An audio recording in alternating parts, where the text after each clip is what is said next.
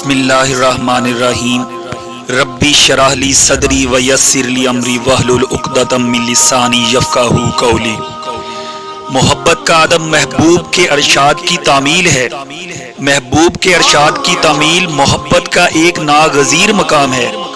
ایک آدمی کسی کی محبت کا دعوے دار ہے، وہ اسے حکم دیتا ہے فلاں کام کر، وہ نہیں کرتا، پھر کہتا ہے کہ فلاں کام مت کر، وہ اسے کرتا ہے۔ گویا جس کام کے کرنے کا وہ حکم دیتا ہے نہیں کرتا، لیکن جس سے روکتا ہے کرتا ہے۔ یہ محبت نہیں، زبانی جمع خرچ ہے۔ محبت کے بغیر اتباع اور اتباع کے بغیر محبت ناممکن ہے اور نامقبول۔ کیا تیرے لیے تیرے نبی اکرم و اجمل صلی اللہ علیہ وآلہ وسلم کا فرمان کافی نہیں؟ نبی صلی اللہ علیہ وآلہ وسلم کے کلام سے بہتر کس کا کلام ہو سکتا ہے؟ کیا یہ تیرے لیے کافی نہیں؟ تیری ہر بات ناقص اور قابل اعتراض ہے۔ اگر تو کچھ بھی نہ کہتا، جو کچھ کہا گیا ہے اس پہ چلتا تو آج یہ تیرا حال نہ ہوتا۔ علم الحدیث کے عالم ہر جا ہیں، عمل کا ملنا اتنا ہی مشکل ہے جتنا بے رتے پھل کا۔ شریعت کی اتباع طریقت کا اولین سبق ہے، اور جب تک کوئی اسے ازبر نہیں کرتا اس کا کوئی کلام نہ ذمہ دارانہ ہے نہ معتبر، اگرچہ وہ ہوا میں اڑے اور پانی پہ چلے۔ وما علینا الا البلاغ۔ درویش تارکت دنیا ہوتا ہے نہ کہ تارکت سنت۔ تارکت سنت گمراہ ہے اگرچہ کوئی ہو۔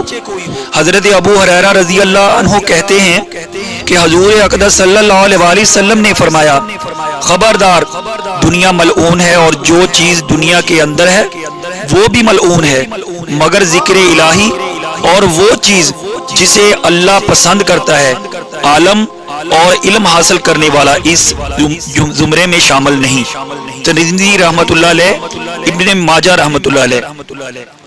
جملہ علوم کا حاصل ذکر الہی۔ اہل علم وہ ہے جو اپنے علم پہ عمل کرے، اور علم پہ عمل کرنا سب سے مشکل منزل ہے۔ ابھی تک دیکھنے میں نہیں آیا جو اپنے علم پہ عمل کرتا ہو۔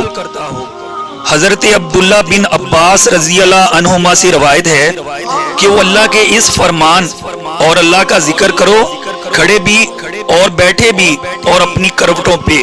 سورۃ النساء آیت نمبر 103 کی تشریح میں فرماتے ہیں، رات کو، دن کو، خشکی میں، سمندر میں، سفر میں، حضر میں، مالداری میں، تنگ دستی میں، بیماری میں، صحت میں، پوشیدہ اور ظاہر، غرض کے ہر حال میں اللہ کا ذکر کرو۔ ابن جریر ابن ابی حاتم تفسیر فتح القدیر جلد اول صفحہ 373۔ اصطلاح میں اسے ذکر دوام کہتے ہیں۔ حضرت ابو ہریرہ رضی اللہ عنہ کہتے ہیں کہ میں نے اصحاب صفہ رضی اللہ عنہ میں سے 70 آدمیوں کو دیکھا، ان میں سے کسی ایک شخص کے پاس بھی چادر نہ تھی، صرف ایک تہ بند تھا یا ایک کملی جس کو انہوں نے اپنی گردنوں میں باندھ رکھا تھا۔ ان میں سے بعض تہ بند آدھی پنڈلیوں تک تھے اور ٹخنوں تک۔ جس کا تہ بند اونچا ہوتا وہ اپنے تہ بند کو نماز میں ہاتھ سے پکڑ لیتا تاکہ اس کا سطر نہ کھل جائے۔ بخاری رحمۃ اللہ علیہ۔ یہ محل، یہ ذخیرے، یہ تفریحیں، یہ تقریبیں سنت نبوی صلی اللہ علیہ وآلہ وسلم کی اتباع نہیں، صریح خلاف ورزی ہے۔ حضور اقدس صلی اللہ علیہ وآلہ وسلم نے ساری عمر کھجور کی چٹائی پہ گزاری اور کبھی پیٹ بھر کر کھانا نہیں کھایا، نہ ہی کبھی کوئی فاخرہ لباس پہنا، اور یہ ترک سنت مؤکدہ ہے جس پہ ہم میں سے کسی کو گزر نہیں۔ کسی نے تیرے کسی پیراہن میں کبھی پابند لگے نہیں دیکھا، حالانکہ یہ سنت مؤکدہ ہے۔ ہمارے چولہے 24 گھنٹے ہمارے لیے گرم رہتے ہیں، پھر بھی ہم کبھی سیر نہیں ہوتے، نہ ہی کبھی شکر کرتے ہیں، حالانکہ بعض دفعہ پورا ماہ گزر جاتا اور حضور اقدس صلی اللہ علیہ وآلہ وسلم کے گھر کسی بھی دن آگ نہ جلتی۔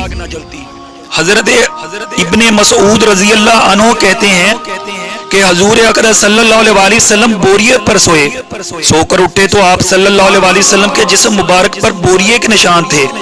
حضرت ابن مسعود رضی اللہ عنہ نے عرض کیا یا رسول اللہ صلی اللہ علیہ وسلم اگر آپ ہمیں حکم دیتے تو ہم آپ کے لیے فرش بچھا دیتے اور کپڑے بنا دیتے۔ آپ صلی اللہ علیہ وسلم نے فرمایا مجھے دنیا سے کیا مطلب، میری اور دنیا کی مثال ایسی ہے جیسا کہ کوئی سوار کسی درخت کے نیچے کھڑا ہو کر سایہ سے فائدہ اٹھا لے اور پھر چل دے اور درخت کو اپنی جگہ چھوڑ دے۔ احمد رحمۃ اللہ علیہ، ترمذی رحمۃ اللہ علیہ، ابن ماجہ رحمۃ اللہ علیہ۔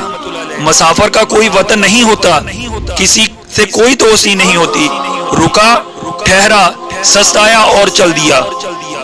اللہ تبارک تعالیٰ سے دعا ہے کہ اللہ تبارک تعالیٰ ہمیں ان باتوں پر عمل کرنے کی توفیق عطا فرمائے، اور دعا ہے کہ تمام امت مسلمہ کو جو بھی دین کے بارے میں علم عطا فرمایا اس پر عمل اور استقامت عطا فرمائے۔